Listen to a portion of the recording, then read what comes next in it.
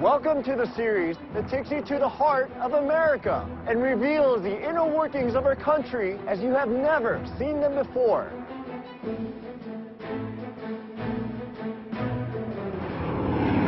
I'm Yul Kwan. I've worked in many different fields, from law to government to business. I've even won the reality show Survivor. But in every part of my life, I've been fascinated by the same things: systems and networks. We're going to go on quite a journey, coast to coast, across this sprawling land to discover the habits, the rhythms, and the secrets that you only notice when you step back and see the big picture. The interchange is oddly elegant. In the next hour, aerial photography and satellite tracking will reveal how America's transportation systems make us the most mobile people on Earth. We've built vast networks of roads, rails, and airways. And an army of workers keeps the wheels turning. Hey, who here likes Mike the bus driver? But it's getting harder and harder to keep all these systems running. Well, I think the freeways will get so slow where a lot of people have just decided it's not worth the grief. Many of them are aging, designed at a time when America was far less crowded. You have a disruption in one place and it ripples all the way across the country. It does have a ripple effect. But even as they struggle to keep up, every day our systems miraculously manage to get us where we need to go. This is a story of 310 million Americans on the move. This is America Revealed.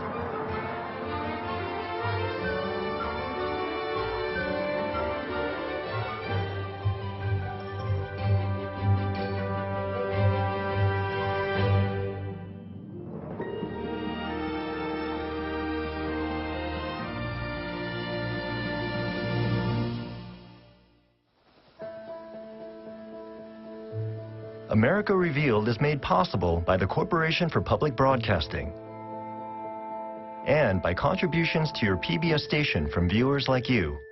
Thank you.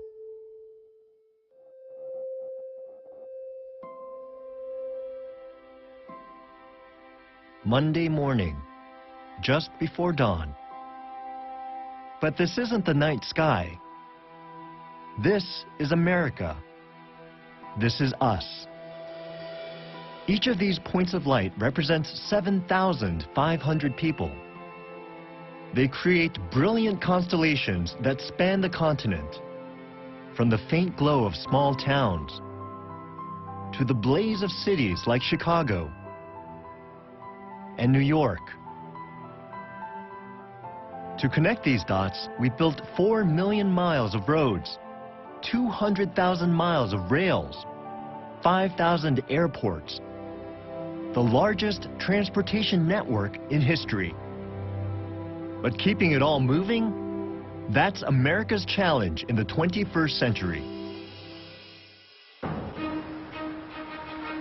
And nowhere does that challenge loom larger than in New York City. It's the perfect example of a powerful but aging transportation network that moves millions even while straining under their weight. Take the island of Manhattan, 23 square miles, home to 1.6 million people. Every weekday morning, its population nearly doubles, swelling with an army of commuters.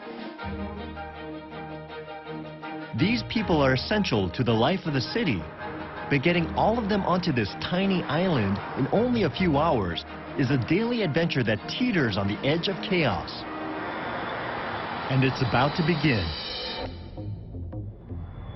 It's 6:13 a.m.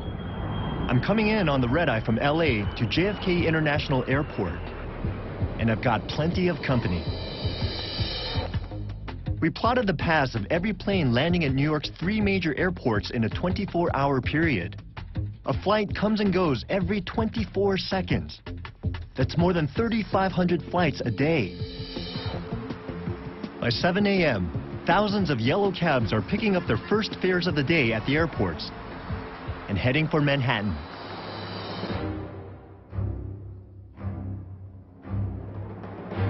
This taxi is one of 60,000 vehicles that will weave its way through New York's necklace of bridges and tunnels in the next hour.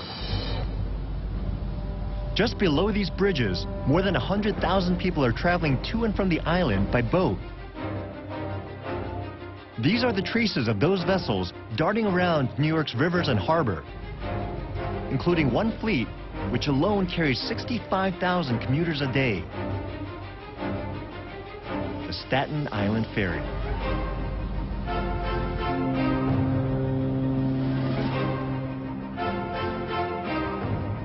As thousands descend on the island by air, road, and water, even more arrive by rail. Long Island Railroad trains carry suburban commuters into Manhattan every 2 to 4 minutes, along with packed trains from New Jersey and Amtrak trains. They all converge at America's busiest commuter hub, New York's Penn Station. While only a few blocks away, trains from the north stream into another bustling train station, Grand Central Terminal.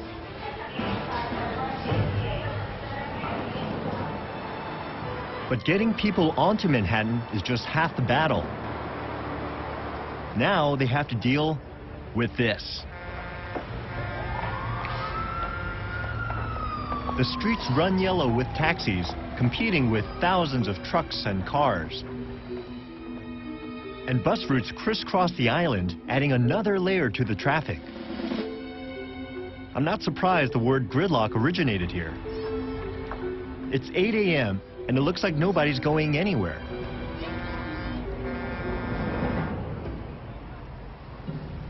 But beneath these streets, it's a different story.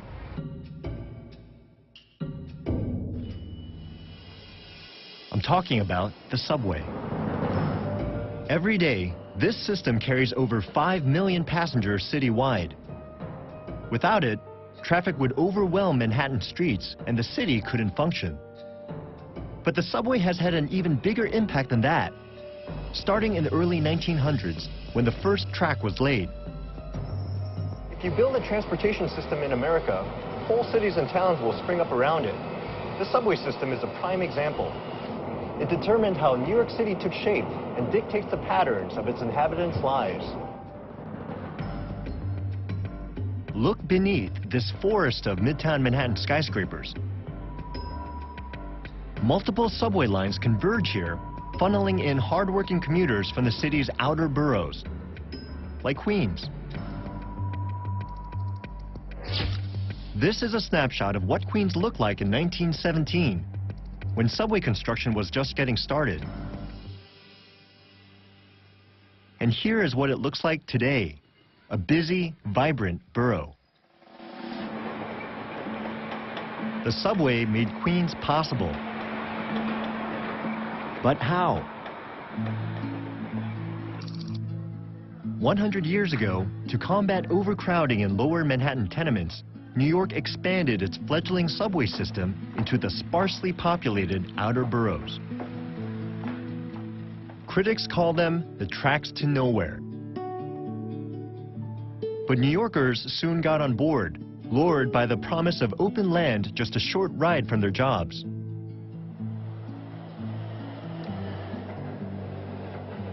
By the 1920s, these lines were carrying more passengers than they could handle.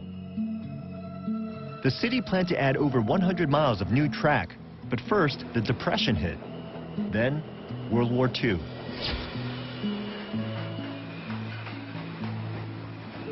Today, we're stuck with the same basic rails that were out of date in the 1930s, and the number of passengers keeps going up with every passing decade.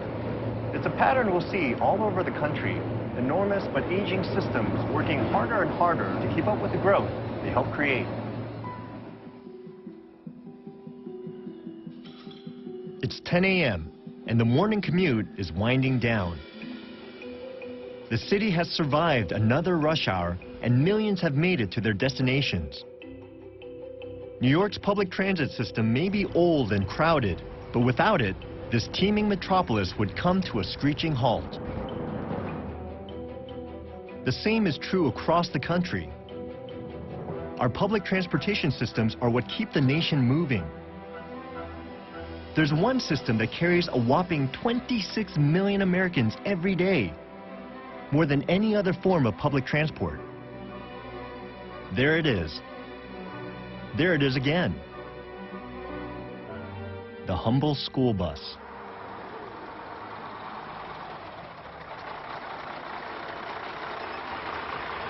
What's up, guys?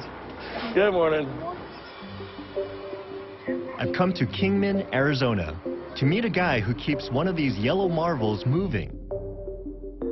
Here, rush hour is just beginning. For many students in this desert community, buses are the only way to get to school. Around the country, kids rely on a 500,000-member army of transportation experts, the nation's school bus drivers. Hey, who here likes Mike the bus driver? Sit down, guys. When these kids are on their bus, they're my kids, you know, and I don't take that lightly. You have to be the mother, the father, the mediator, the nurse, the cool uncle.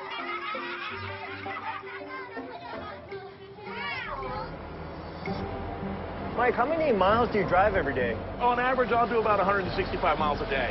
And that's just you? That's just me. This is Mike's bus. It's just one of Kingman's 53 buses.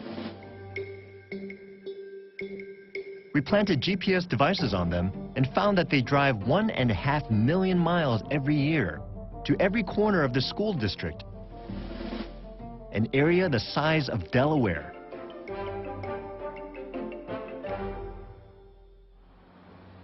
That's repeated nationwide in thousands of school districts, large and small. There's no system quite like this anywhere in the world.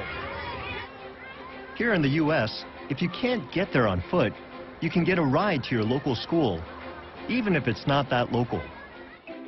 So you guys are really kind of like the lifeblood of the system, right? I mean, without you, these kids wouldn't even be able to get an education. Oh, no, they wouldn't be able to get to school. No. We keep pumping the kids in so they can get educated. All right, people, have a good day. We'll see you this afternoon. Have a good day, guys. Our school buses work amazingly well, which is good considering how much we rely on them.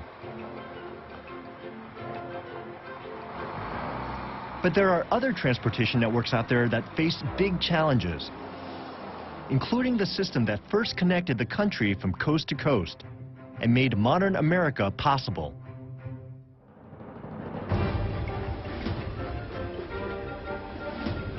The railroads. To create a nationwide web of tracks, the federal government launched one of the most ambitious and expensive infrastructure projects in human history. And for nearly 100 years, America's railways were the fastest and most popular way to travel. But not anymore. To get a glimpse of what keeps our trains going and what slows them down, I've come to the rail hub of the United States, Chicago.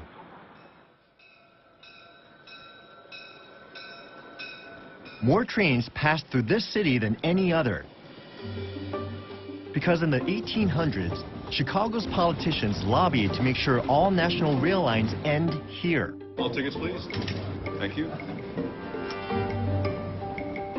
That created jobs, but also logistical nightmares. Today, there are 3 different systems here with different needs, all fighting for space on one set of tracks. Commuter trains making local pickups. Amtrak trains traveling longer distances with fewer stops. But those 2 passenger networks are dominated by the biggest and slowest network of all.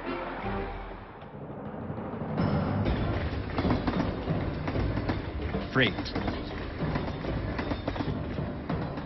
Our economy depends on goods carried by rail from coast to coast. We have the world's most efficient and profitable freight system, moving nearly 10 times as much as Europe.